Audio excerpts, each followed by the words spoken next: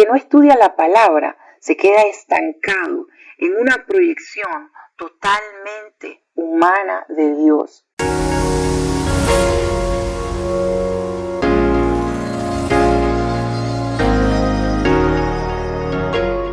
Muy buenas noches tengan todos y sean cordialmente bienvenidos, mis queridos hermanos y amigos en Cristo. Soy Abby Lenner y este es nuestro canal Laboratorio de Teología. Hoy tengo el honor de compartir con ustedes mi primer video.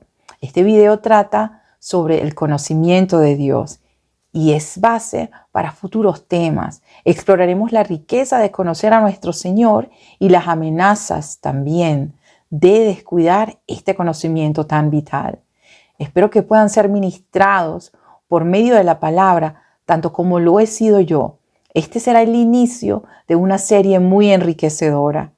Gracias por estar aquí y que el Señor nos bendiga mientras compartimos este valioso tiempo juntos. Proverbios 9:10 dice: el comienzo de la sabiduría es el temor del Señor. Conocer al Santo es tener entendimiento. Como ya todos sabemos, es la Biblia la revelación de Dios. Sin embargo, ¿cuál es el significado de la palabra revelación? Bueno, esta palabra viene del latín revelatio y significa que algo oculto se dio a conocer. Por lo tanto, podemos afirmar que Dios se ha revelado a través de la Biblia, que es equivalente a su palabra. Otra pregunta indicada sería: ¿y cuál es el propósito de esta revelación?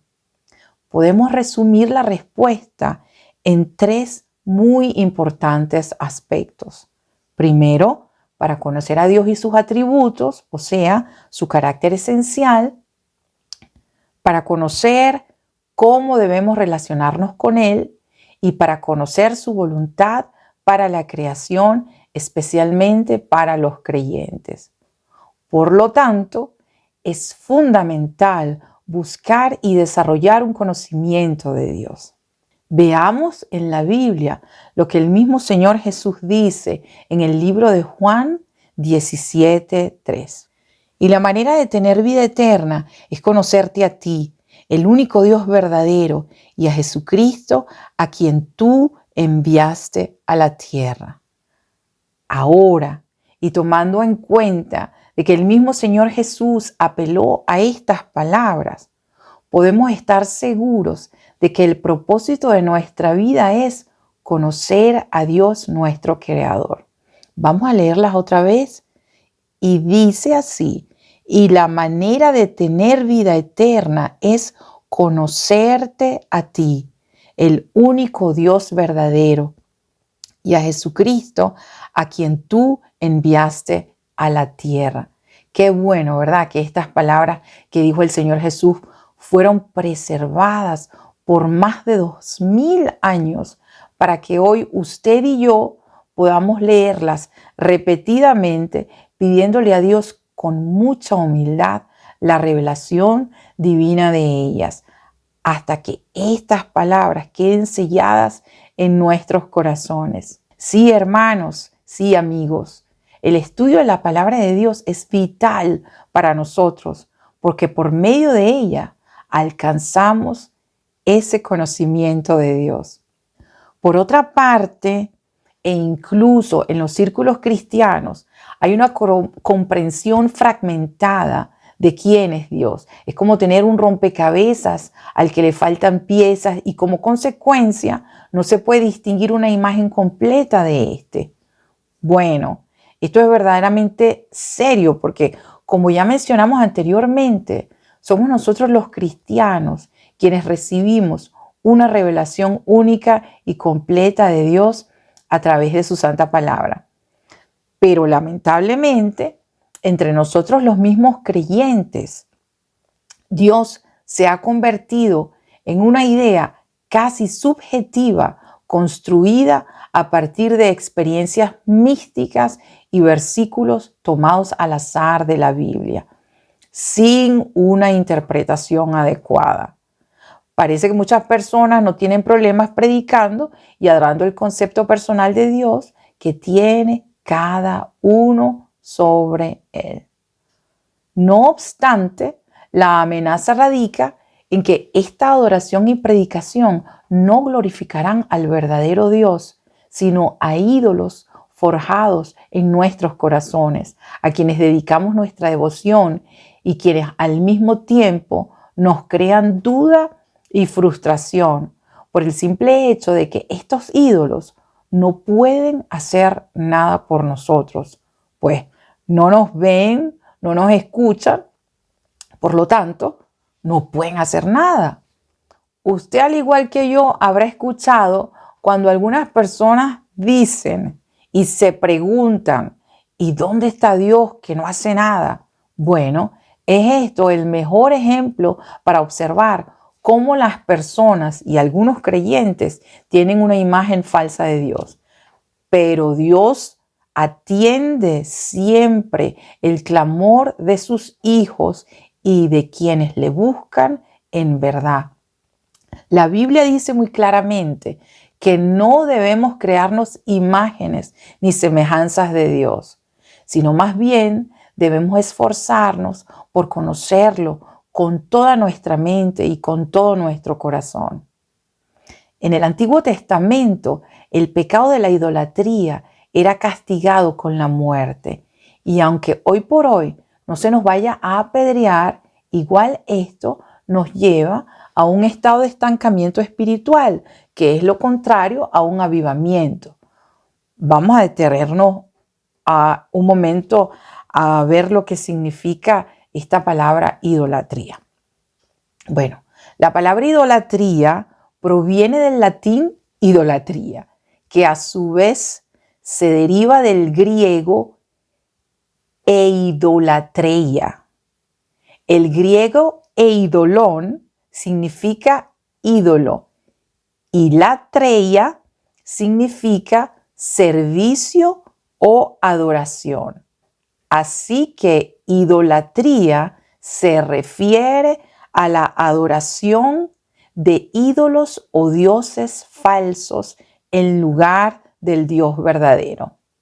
Y la definición del diccionario de la Real Academia Española es culto dado a ídolos. En el contexto religioso, esta acepción se refiere al culto rendido a ídolos o a dioses falsos o cualquier objeto considerado sagrado en lugar del Dios verdadero. Son muy similares. ¿Se da cuenta entonces usted que idolatría no es solo adorar imágenes, sino también es tener un concepto falso de Dios? Y esto todavía sigue siendo abominación delante del Dios Altísimo. Mire, si ya comenzamos a derribar de nuestros corazones los altares de falsos dioses como el dinero, el orgullo, el reconocimiento, etcétera, vamos ahora entonces a derribar esa imagen falsa de Dios que hemos estado construyendo. Y la hemos estado construyendo, pero por pura comodidad, adaptándola a nuestras necesidades y capacidades humanas. Y aunque estas palabras sean fuertes, se deben de decir. No tengamos miedo, salgamos de nuestra zona de confort y acerquémonos con confianza a la palabra que nos muestra la imagen verdadera de Dios. Mire lo que dice el libro de Isaías en el capítulo 40, verso 18 y en el verso 21 al 22. ¿A qué pues haréis semejante a Dios o qué imagen le compondréis? ¿No sabéis? ¿No habéis oído? ¿Nunca os lo han dicho desde el principio? ¿No habéis sido enseñados desde que la tierra se fundó? Él está sentado sobre el círculo de la tierra, cuyos moradores son como langostas. Él extiende los cielos como una cortina, los despliega como una tienda para morar. También el teólogo Arthur Pink escribió en su libro Los atributos de Dios lo siguiente: el Dios de hoy no se parece en nada al soberano Dios de las Escrituras, de lo que la llama vacilante de una vela se parece al sol del mediodía. Esto nos quiere decir que hemos estado manipulando la imagen de Dios en nuestros corazones, por la razón que sea. Mire, Dios es un ser infinito a quien los hombres no pueden alcanzar a conocerle por sí mismos, ya que el hombre, y aquí abro un paréntesis para referirme a creyentes y no creyentes, debido a la consecuencia del pecado, solo tiene una proyección de Dios en forma humana. Si los creyentes no estudiamos las Santas Escrituras, por lo tanto, no tendremos suficiente renovación del Espíritu para conocer al Dios verdadero. Y esto es un proceso continuo de toda una vida.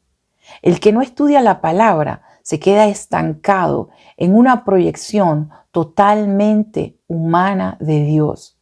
Muchas veces nos quedamos sentados esperando que alguien nos cuente algo sobre Él, en un testimonio o una predicación. Algunos se conforman hasta con ver películas cristianas que les muevan los sentimientos.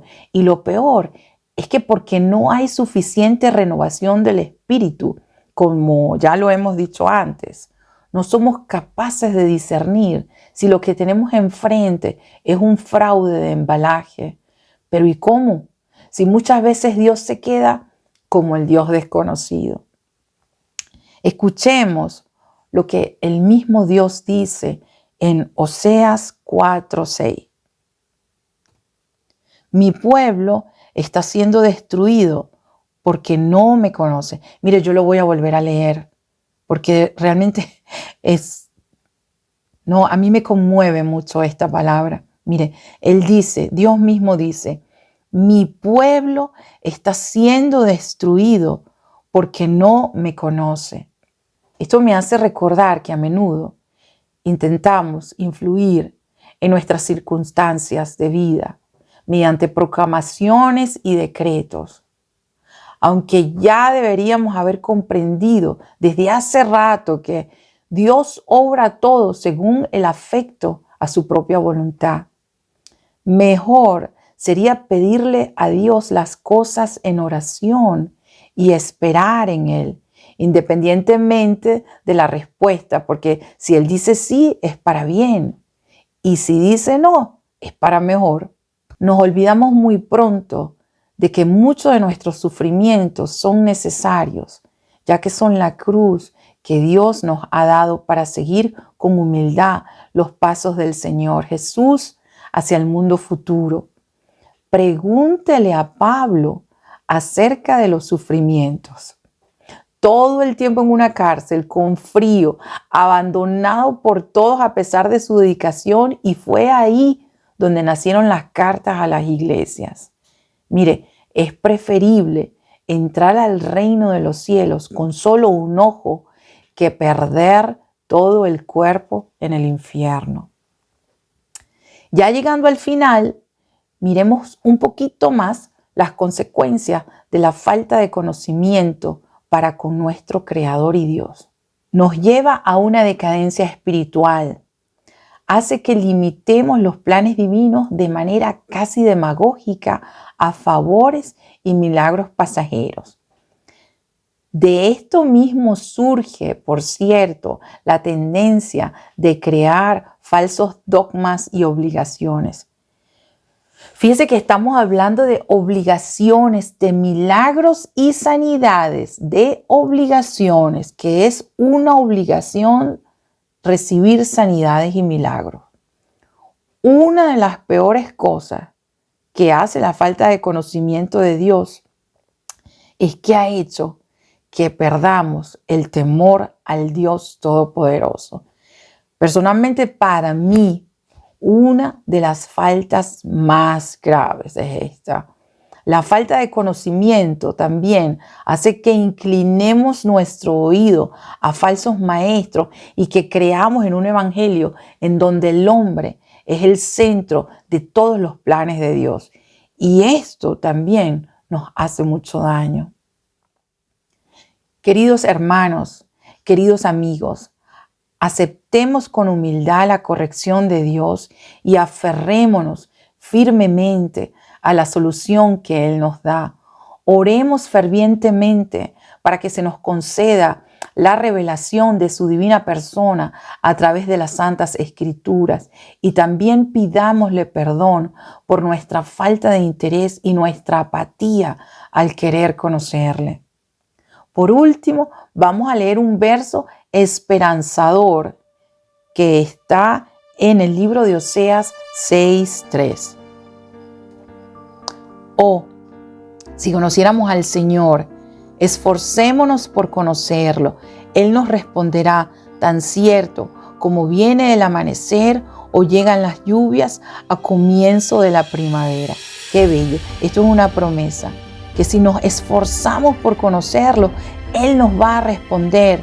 Y si Él nos responde, lo vamos a conocer, porque Él se nos va a revelar a nuestros corazones y vamos a dejar de tener un Dios desconocido. Y así se acaban nuestras frustraciones. Y el conocer a Dios es la gloria del hombre, es tener conocimiento de su Creador. En nuestro próximo video daremos inicio a una maravillosa serie que nos ayudará a conocer a Dios más de cerca y a nosotros por medio de Él. Esta serie es llamada Los Atributos de Dios y le recomiendo que no se la vaya usted a perder. Gracias por haber visto este video, y si le ha sido de bendición, por favor compártalo y dele a me gusta. No olvide suscribirse a mi canal y que Dios le bendiga con conocimiento y sabiduría de su divina persona. Hasta el próximo video, su servidora, Abby Lener.